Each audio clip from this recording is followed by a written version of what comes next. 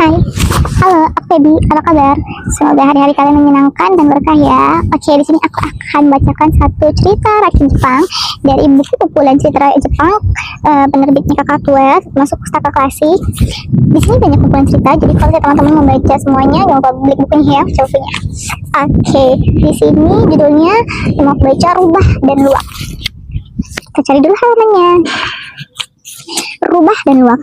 Ada satu distrik pegunungan di Shikoku di mana tinggal seorang pemburu yang sangat lihai dan cerdik dalam menangkap binatang buruan. Ia mampu menjebak beberapa ekor rubah dan luwak dengan sangat cepat dalam satu hari. Sedikit saja binatang yang bisa selamat dari perangkapnya. Di antara yang masih tersisa itu ada seekor luwak tua berbulu abu-abu dan seekor rubah betina serta anaknya. Meski tertekan karena kelaparan, namun baik rubah maupun luwak tak berani menyentuh makanan karena takut jika ternyata di bawah sebiji buah terpasang jebakan. Mereka pun tidak berani muncul dari lubang persembunyian kecuali pada malam hari. Karena jika nekat keluar, tentulah anak panah pemburu akan menghujam ke tubuh mereka. Akhirnya, dua binatang itu bertemu untuk membahas apa yang harus dilakukan dan apakah mereka harus pindah ataukah mencoba mengalahkan musuh. Mereka telah berpikir cukup lama sebelum akhirnya si luwak berseru bangga karena punya rencana bagus. Ia berseru, "Aku punya ide. Kamu nanti mengubah diri jadi manusia. Aku akan pura-pura mati.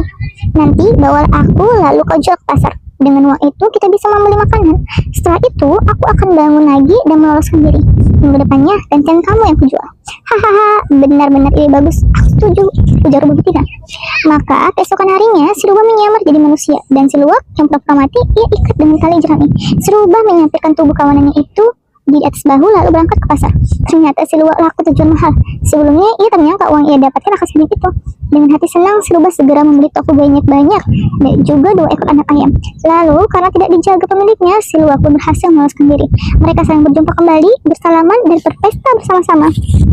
Minggu berikutnya, dia si luwak yang menjadi manusia dan ia jual si rubah. Tapi si luwak memang bertabiat licik dan sangatlah serakah sehingga ia mengingat semua uang itu. Tak mau berbagi dengan si rubah, maka ia berbisik pada si pembeli bahwa rubah itu cuma pura-pura mati. Si pembeli mengangguk. Ia ambil sebatang tongkat dan memukul kepala rubah sampai tewas.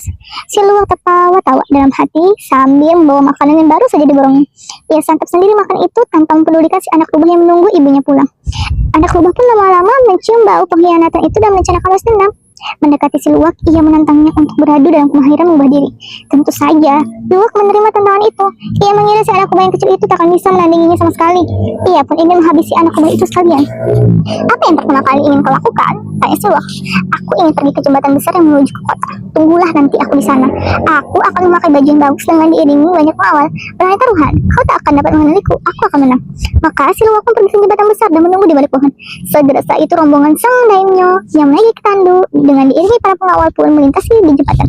Luwak mengira bahwa sang daimyo yang dia lihat ini adalah rubah kecil yang menyamar. Karena itu, kemudian ia melompat ke atas tandu dan mengatakan pada sang daimyo bahwa penyamaran gagal dan ia telah kalah. "Apa maksudmu?" Para pengawal pun segera memukul si luwak dan memukulnya sampai tewas. Si anak rubah yang melihat dari persembunyiannya tertawa tergirang-girang. Kejahatan musuh telah ia balas. Ia pun melesat pergi. Untuk baca selengkapnya jangan lupa beli bukunya ya. Oke.